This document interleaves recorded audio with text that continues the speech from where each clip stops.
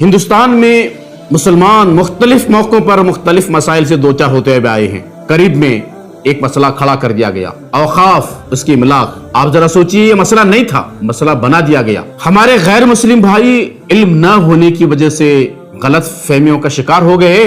मैं अपनी रियासत की बात करता हूँ, जा बजा मुख्तलिफ फिरका परस्तों ने इस मसले को एक इशू बना दिया। जाहिर बात है कि इससे वो अपना जाती मफाद चाहते हैं। गैर मुस्लिम भाइयों के दरमियान गलत फहमियों को परवान चढ़ाने के लिए वो जद्दोजहद में लगे हुए हैं। इसकी इस्लाह के लिए, गलत फहमियों के इजाले के लिए हम लोगों को आगे बढ़ करके काम करने की जरूरत है। जहां हम शरीयत के तहफ़्फ़ुज़ के लिए काम करते हैं, वहीं औकाफ का एक बड़ा मसला इस वक्त मुल्क के अंदर खड़ा हुआ है। आपको मालूम होगा कि इस मसले के हल के लिए दानिशवरान, मुख्तलिफ जमातें और शख्सियात भी कोशिश में लगे हुए हैं।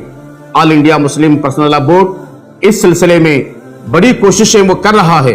इंशाअल्लाह ये मसला हल होकर रहेगा। लेकिन एक और बात मैं आपसे कहना चाहता हूं, कर्नाटक का माहौल, खासकर फिरका परस्त लोग औकाफ के मसले को लेकर बिगाड़ने की कोशिश में लगे हुए हैं। मैं मिल्लत के अहबाब से, जिम्मेदारान से, नौजवानान से ये अपील करना चाहता हूं, इन हालात को देखकर मुतासिर नहीं होना चाहिए, मायूस भी नहीं होना चाहिए, दिल बर्दाश्ता भी नहीं होना चाहिए, बल्कि इन लोगों तक पहुंचकर हकीकत से आगाह करना ये हमारी अपनी जिम्मेदारी बनती है। गैर मुस्लिम भाइयों की बहुत बड़ी तादाद ऐसी है जिन्हें औकाफ के ताल्लुक से कुछ मालूम नहीं है।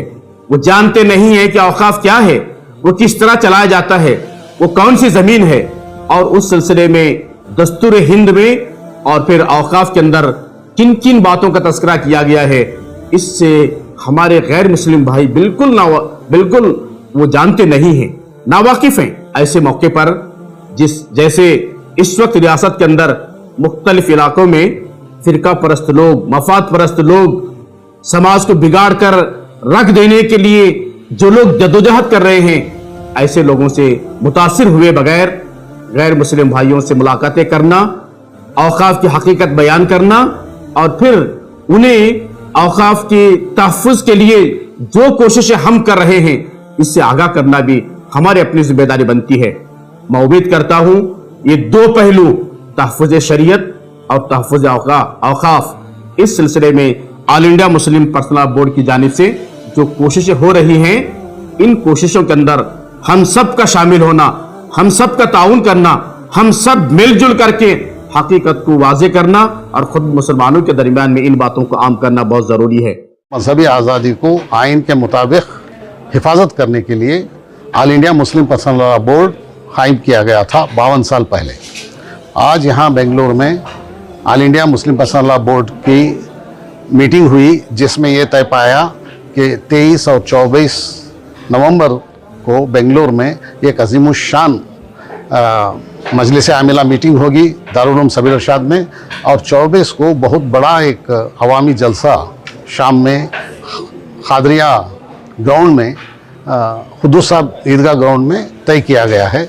और इस जलसे में all India Muslim personal law board की जानिब से जो हुकूमत, मरकज़ी हुकूमत ने वक्फ अमेंडमेंट एक्ट 2024 के नाम से जो बिल पेश करने की कोशिश की है और पास करने की कोशिश की है पार्लियामेंट में, और अब वो बिल जेपीसी को दी गई है। और हमारे आबा व अजदाद ने जो अपनी मिल्कियत वक्फ की थी अल्लाह के नाम पर, मसाजिद के लिए, मदरसों के लिए, ईदगाहों के लिए, कब्रस्तानों के लिए, उन मिल्कियतों को हथियाने की नीयत से मरकज़ी हुकूमत ने यह बिल लाने की कोशिश की है। लिहाजा मरकज़ी हुकूमत की इस कोशिश को नाकाम बनाने के लिए पूरी तरह से इसकी मुखालिफत की जाएगी, और उसी मुखालिफत को बेंगलुरु के होने वाले अज़ीमुश्शान सेशन में भी एक मैसेज और एक पैगाम हुकूमत को दिया जाएगा।